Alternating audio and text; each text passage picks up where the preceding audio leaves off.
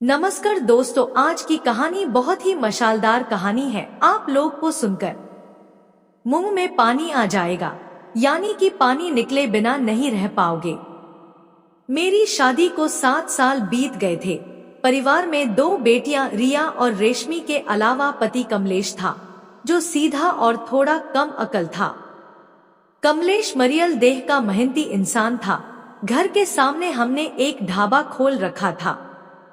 कमलेश का ढाबे पर सुबह से रात तक डटकर मेहनत से 2 पैसे कमाना और बीवी बच्चों का पेट भरना ही उसकी जिंदगी का मकसद था।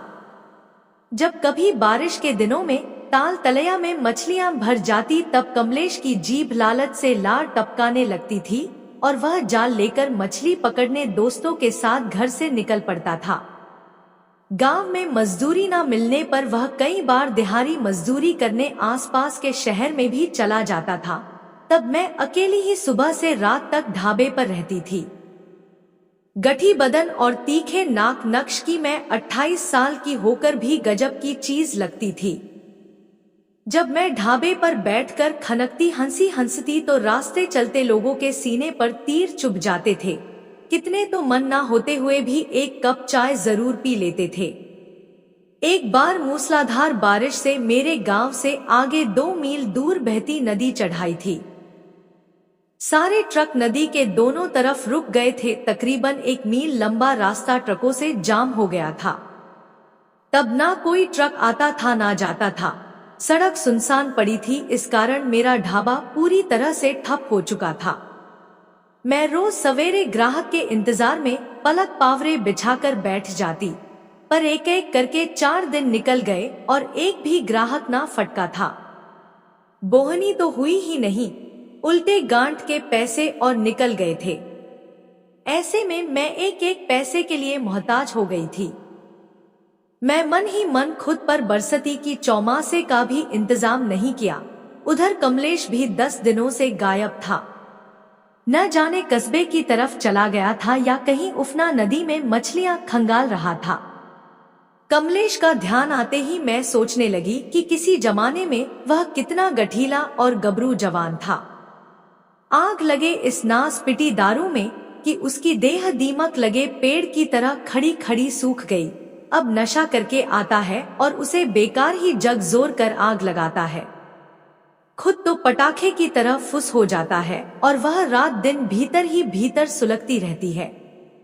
कभी कभी तो कमलेश खुद ही कह देता है कि रीमा, अब मुझ में पहले वाली जान नहीं रही, तो तू तलाश ले कोई गबरू जवान जिससे हमारे खानदान को एक चिराग तो मिल जाए। तब मैं कमलेश के मुंह पर हाथ रख देती और नाराज होकर कहती कि चुप हो जा, शर्म नहीं आती ऐसी बातें कहते हुए।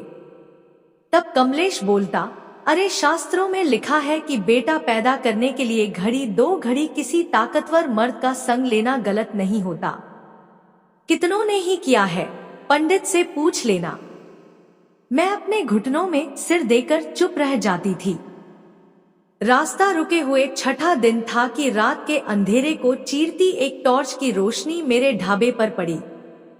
मैं आंखें मसलते हुए उधर देखने लगी। पास आने पर देखा कि टॉर्च हाथ में लिए कोई आदमी ढाबे की तरफ चला आ रहा था। वह टॉर्च वाला आदमी ट्रक ड्राइवर का नाम राकेश था। राकेश आकर ढाबे के बाहर बिछी चारपाई पर बैठ गया।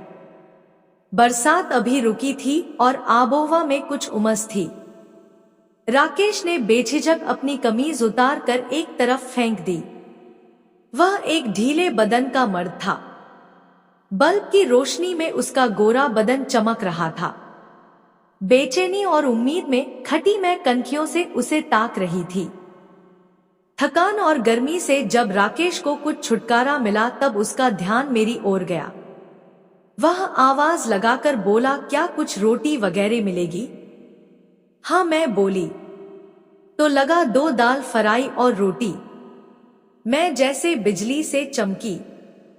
मैंने भट्टी पर फटाफट दाल फ्राई कर दी और कुछ ही देर में मैं गर्म तवे पर मोटी मोटी रोटियां पलक रही थी।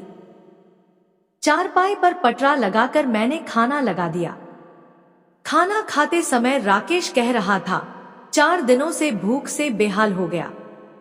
जाने मेरे हाथों का स्वाद था या राकेश की पुरानी भूख, उसे ढाबे का खाना अच्छा लगा। वह 8 रोटी खा गया। पानी पीकर उसने अंगड़ाई ली और वहीं चारपाई पर पसर गया। मुझको जेब से निकालकर उसने 500 का एक नोट दिया और बोला, पूरा पैसा रख ले। मुझको जैसे पैर में पंख लग गए थे। मुझे राकेश की बातों पर यकीन नहीं हो रहा था। बर्तन नाली पर रखकर मैं फिर भट्ठी के पास आ बैठी। कुछ देर बाद वह बोला, आज यहाँ रुकने की इच्छा है। आधी रात को कहाँ ट्रक के पास जाऊंगा, क्लीनर ही गाड़ी की रखवाली कर लेगा। क्यों, तुम्हें कोई ऐतराज तो नहीं? मुझको भला क्या ऐतराज होता। मैंने कह दिया कि मुझे कोई ऐतराज नहीं है, अगर रुकना चाहो तो रुक जाओ। और राकेश चादर तान कर सो गया। रात गहरी हो रही थी। बादलों से घिरे आसमान में बिजली की चमक और गरगराहट रह रहकर गूंज रही थी। तब रात के 12 बजे होंगे। किसी और ग्राहक के आने की उम्मीद छोड़कर मैं वहां से हटी। देखा तो राकेश धनुष बना गुड़ी मुड़ी हुआ चारपाई पर पड़ा था। मैं भीतर गई और एक कंबल उठा लाई। राकेश को कंबल डालते समय मेरा हाथ उसके माथे से टकराया तो मुझे लगा कि उसे तेज बुखार है। मैंने अचानक अपनी हथेली राकेश के माथे पर रखी। वह टुकुर टुकुर मुझे ही ताक रहा था। उन आंखों में मैंने अपने लिए एक चाहत देखी। जब मैं चलने लगी तो अचानक से उसने मेरा हाथ पकड़ लिया। थोड़ी देर कसमस के बाद मैंने अपने आप को उसकी बाहों में कैद कर दिया। उसने मुझको चारपाई पर ही लिटा दिया और हम दोनों एक दूसरे में समा गए। सालों बाद मुझको बड़ा सुख मिला था। भोर होने से पहले ही मैं उठी और पिछले कमरे की ओर चल पड़ी थी। मैंने सोचा कि खुद राकेश ने ही तो इसके लिए मुझसे कहा था, और फिर इस काली गहरी अंधेरी रात में भला किसने देखा था। यही सब सोचते सोचते मैं नींद में लुढ़क गई। सुबह बड़ी बेटी ने मुझे जगाया और बोली, रात का मुसाफिर 1000 दे गया है। मैं चौंकती सी उठी तो देखा राकेश जा चुका था। चारपाई पर पड़ा हुआ कंबल मुझे बड़ा घिनौना लगा। मैं देर तक बैठी रात के बारे में सोचती रही। 15 दिन बाद राकेश फिर लौटा और कमलेश के साथ उसने खूब खाया पिया। नशे में डूबा कमलेश राकेश का गुण गाता भीतर जाकर लुढ़क गया और मैंने जानबूझकर लाइट बुझा दिया और खुद को राकेश को सौंप दिया। राकेश का अपना ट्रक था और उसे खुद ही चलाता था, इसलिए उसके हाथ में खूब पैसा भी रहता था। मेरा सांचे में ढला बदन और मेरी चुप रहने की आदत बहुत भाई थी उसे।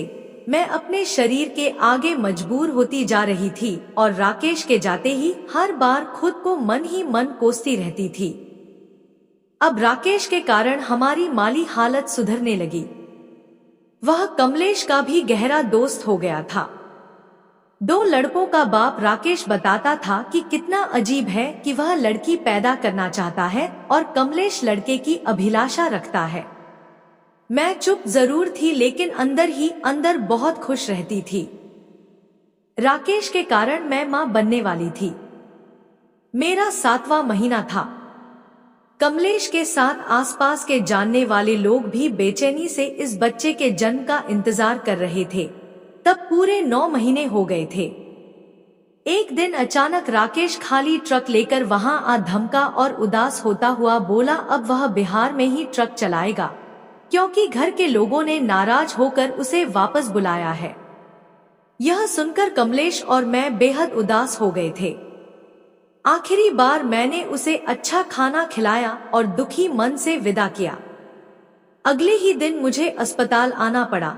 मुझे दर्द बढ़ गया तो मैंने नर्स को बुलाया। आनन फानन मुझे भीतर ले जाया गया। आखिरकार मैंने बच्चे को जन्म दिया और बेहोश हो गई। कुछ देर बाद होश में आने पर मैंने जाना कि मैंने एक बेटे को जन्म दिया है। मैंने दिल से राकेश को धन्यवाद दिया जिसकी वजह से मैंने एक बेटे को जन्म दिया था। तो दोस्तों, आपको यह कहानी कैसी लगी हमें कमेंट करके जरूर बताइए और हमारे चैनल को सब्सक्राइब करें। धन्यवाद।